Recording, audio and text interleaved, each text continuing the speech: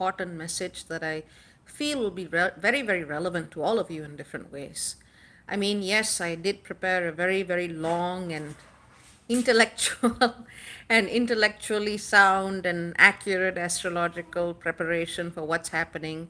But honestly, that doesn't really hit home so much as what I felt like the real message needed to be.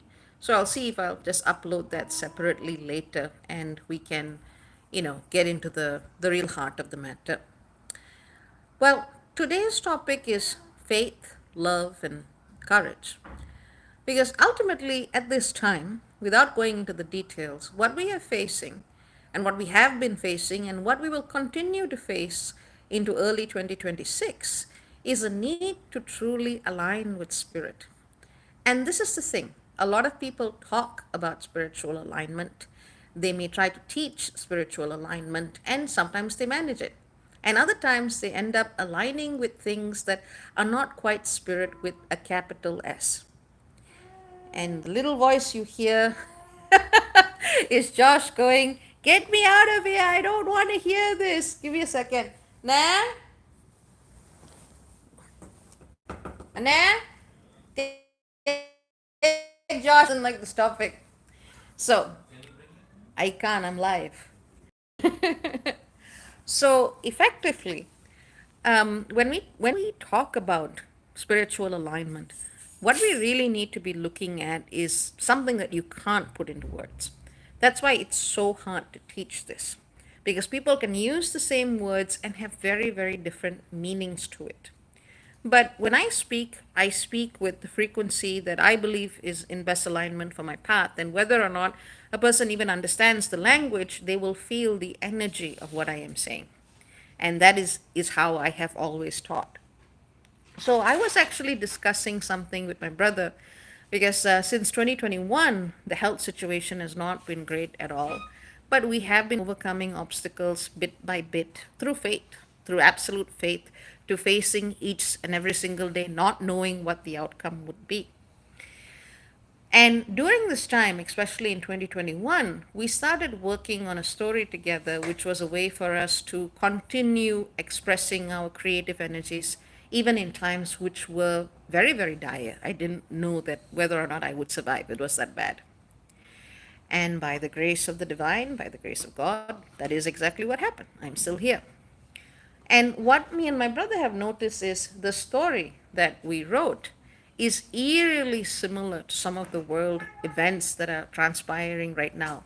Very, very specific scenes that we are witnessing from Palestine. So we figure that somehow we managed to kind of do a bit of divination as part of our storytelling. And we've recently finished the larger structure of the story. And I was talking to my brother about what my favorite moment in that story is. And I'm not giving you more details on it because it will come when it comes. But the key lesson from it is the topic of today's discussion. Effectively, when we talk about spiritual alignment, when we try to practice spiritual alignment, what we must first do is we must first drop the words. And that's hard, especially for adults to do. It's easier for kids to do it because they may not even have the words in the first place, which is why when I do my work, fur babies, human babies, babies of other kinds will just sit and listen because they get the vibe instantly. But adults have a very hard time letting go of the narrative. Now, because so many of us have been disconnected from our indigenous spiritual practices for hundreds of years, and I have to say, not all of it is safe to go back to without some purification, because every culture has gone through capitalism, I would say. But as so many of us have been disconnected from our original roots, so to speak, we are all very actively seeking, and we are trying. Very few people would ever try to, well, I say very few, but there are people out there who will intentionally try to misguide people, but most people who are trying are doing so from a place of good intention. But because it's adults trying to go back to what is the most natural, what is the most normal way of connecting with spirit, instead of just taking the leap, we tend to put words in the way. So at this time, and as I said, I'll share the article later. I don't really want to make this a very technical piece. At this time, one of the most important things that we can do is to let go of that need for the word. Let go of that need for concept. Let go of that need for analytical structure. Let go of that need for explanation. If someone tells you, if you do this, this will then happen, you're already in your mind. You're not connecting to your deeper spiritual aspect, because there is no mind there. There is no mind, there is no emotion, there is nothing that you can explain in human language. At best, the closest word is presence, but even that tends to get layered on by a lot of mental stuff. So when you are actually willing to sit with not knowing and being, even not even using those words, I'm talking about the experience, not the concept. When you are willing to sit in the experience of everything and nothing all at once, that is freaking frightening. And that's exactly what I used to, when I used to travel around. That was precisely what I would with people in workshops. Sometimes small groups, sometimes large groups. I would bring them face to face with that experience without giving them any words, without giving them any concept, and just holding that space and allowing them to have their own experience. And it would terrify them. But at the same time, because they knew I was there, they also knew they were in good hands, so they could also let go and feel the experience. Doing that kind of work and trying to teach that kind of work to a larger platform is very difficult. But there are people who can do it. They are just not going to advertise it in that way. So, what do you do when you're not going for some very esoteric facilitation? What do you do when you are just trying to apply this in your everyday life? For me, the most direct way that I embody this state, where I go into a space of, you can call it flow, you can call it sunyata, you can call it the energy of the void, you can call it nothingness and everythingness. The way I drop into this space, in terms of what I do in the 3D, is very simple. I do what I love. Now, the problem is people equate love and comfort because of the English language and how it slides and glides and is kind of slippery all over the place. When I do what I love, I feel a sense of clarity. I feel a sense of utter and absolute fearlessness. I feel a sense of, it's not even I'm so empowered. It's just there is a nothing there. I am so completely in that space that I entirely forget who I am, what I'm here, what is this space, what am I doing, why am I doing it, and I am just in that space of absolute connection. And anyone can do that, provided they are willing to really immerse themselves in what they love. Not from the mind, not from the body, but something much, much, much deeper. And to find that activity or that space, if you want to call it in the most general term possible, that's where courage is actually needed. Because each person will find this in a different way. The reason why I was talking about the stories that I was making up with my brother is that I also compose music and we're also making the story together. And when I am trying to connect the dots and when I'm just moving with whatever it is I'm creating in that space, that's when in the 3D everyday life I can hit those spaces like that. And then I'll look back at it and go, where the heck did that come from? So that's why I was bringing that up. And one of the key moments in the story is actually showing how a little child does this in a very simple, in a very sweet, in a very powerful way that actually turns the tide of a major battle. And I was explaining that to my brother, and I said, you know what, maybe I should go talk about this because it might help people, because that's generally how I do videos. I might feel something deeply and go, you know what, this could help people. Let's go talk about it.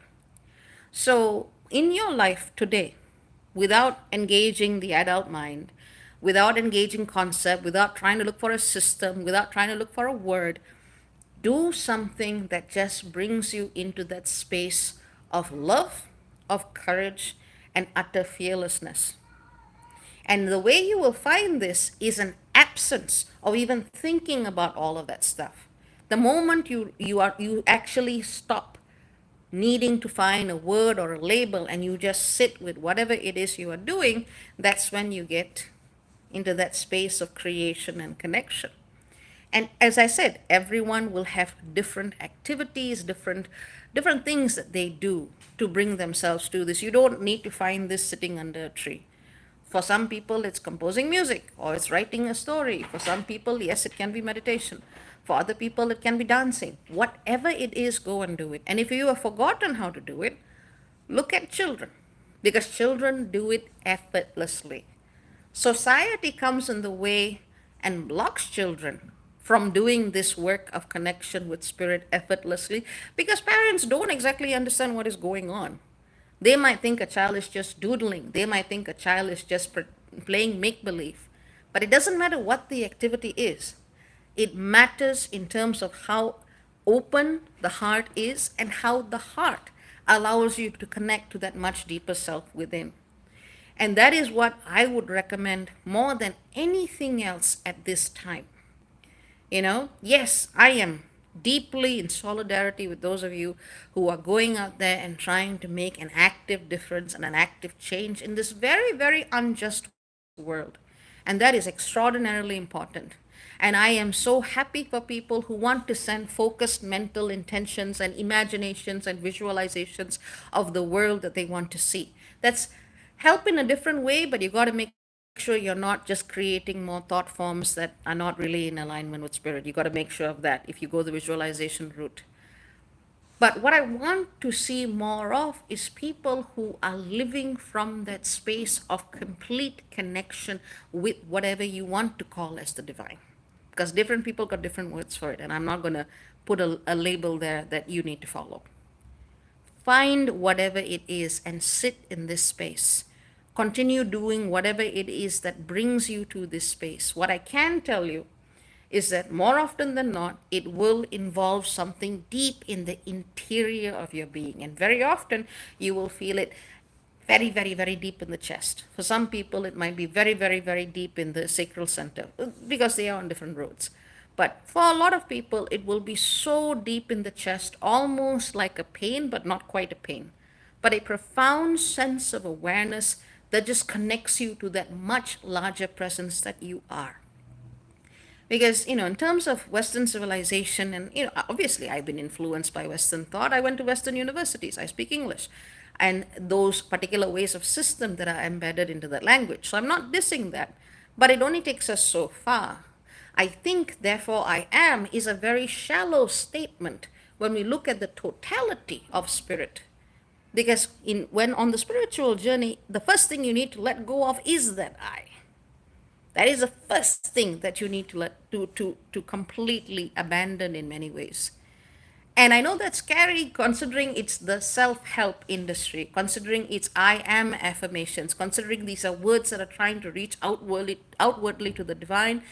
Well, if it works for some people, that's great. But what I'm talking about is creating from that source point of creation. And that's something that doesn't care about what your ego mind thinks it is or isn't. So that is something that each of you can find in your own ways. It's not going to be from here. That's why you need to be very, very, very careful of, because that's mostly how people teach you to connect. But that's not what it is about. That just creates more thought forms, more, parts that you didn't need to go on anyway. Come back to that space within where spirit and nothingness and everythingness are all at the same spot. And even if you don't know what I'm talking about, just listen to this video again and with your eyes closed, and you will most definitely feel something. So having said that, that is what I wanted to say at this time. In terms of the astrology in the skies, all of this is connected to the sun, Psyche, and Galactic Center, aspecting Neptune and Borasisi, aspecting Thereus, the hunter-stalker, and aspecting Polaris. So I've just given you the solution to that without going into the nitty-gritty. So I hope this helps all of you. I hope this helps to recenter you, because this is a time where people can feel very, very lost. The answers are always within. No exceptions to this. So having said that, take care. Very many blessings. Lots and lots of love to all of you. And cha-cha for now. Bye-bye. And by the way, this energy will be very, very present between now till the solstice. So work with this very closely. Bye.